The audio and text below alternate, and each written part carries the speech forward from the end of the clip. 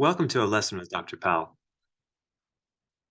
Let's take a look at an example of rewriting something in terms of one basis in terms of another.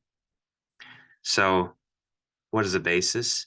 Well, let's look in R2, and a basis is a minimal spanning set of R2. So it's a collection of vectors that minimally will span the whole space. They're linearly independent.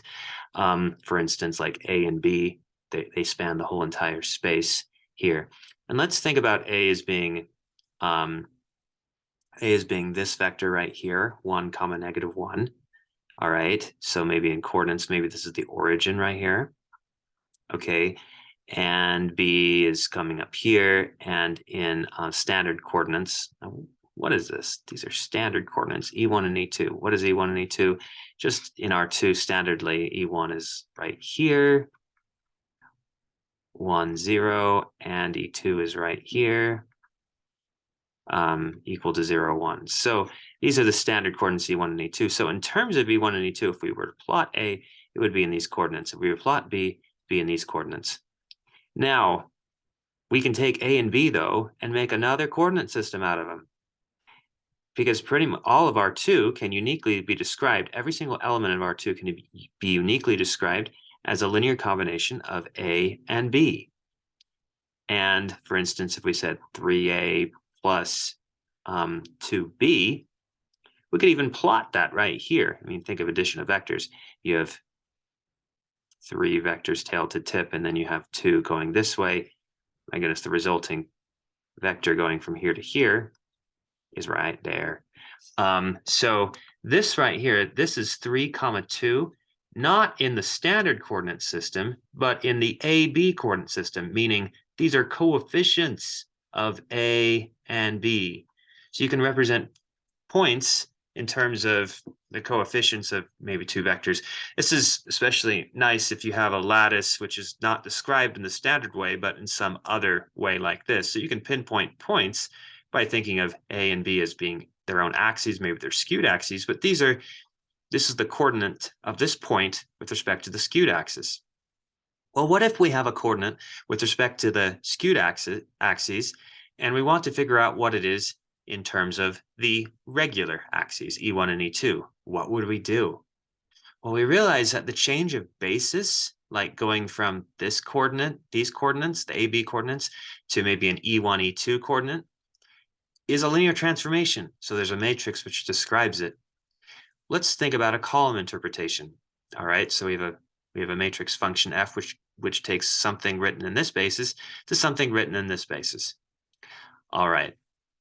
So first of all, well, let's see. We have a basis over here, and we just need to see where. So we think our matrix is going to be such like this. What's coming into it is like A comes into it, B comes into it. We want to find the image of A. We want to find the image of B.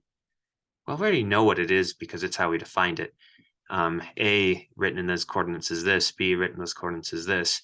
So A goes to this. So the image of A, image of B. We can do this because if we have a basis in our domain, this is how we can describe our matrix function. The first basis element goes here. The second basis element goes here. So when we rewrite from one basis to another, it's just done the exact same way as a linear combination, as a linear transformation, that is a matrix. So a matrix describing the process here. So for instance, if 3, 2 is in AB coordinates right here, what is it going to be in E1 and E2 coordinates? Well, this is the matrix which describes the function that does it, because we developed it by just saying what the image of the 2 basis vectors were individually, A and B, which should make sense because in basis AB, A is actually written like this. That's like the E1 of AB basis, right? So this A is really like an E1, so it's nothing more than what we've seen before, and this B is like an E2 when we're writing in terms of the AB basis. In the AB basis, A is 1, 0, but in the AB basis, right? And B is equal to 0, comma 1 in the AB basis. So this is kind of like the E1 and the E2 of the domain, because the domain is like the skewed perspective of the world, right? That's our domain. And our codomain is the regular perspective of the world. So in our skewed domain, actually the E1 and the E2 of this are actually the A and the B. But we represent them as E1 and E2, which makes this development of a matrix make more sense here, because this is always f of E1 and f of E2. And essentially it is, because that's how we write A and B over here in this skewed world. But as we come back here to regular coordinates, we can actually see what it is. So if we just perform this matrix computation right here, we input 3, 2 into this matrix function right here, which, and since it's sending A to its version over here in E1, E2 coordinates, the regular standard ones, and the B right here to the standard ones over here, then it should do the same for anything. Okay, because this is a linear transformation. That's one nice thing about linear transformations. You only need to know where the basis elements go, and then you can tell where everything else goes by a matrix multiplication. So then you input 3, 2, you multiply it right here, and we end up getting 5, 1. So that means we can rewrite this in terms of an E1, E2 basis as 5, 1, just like that. Thanks for watching.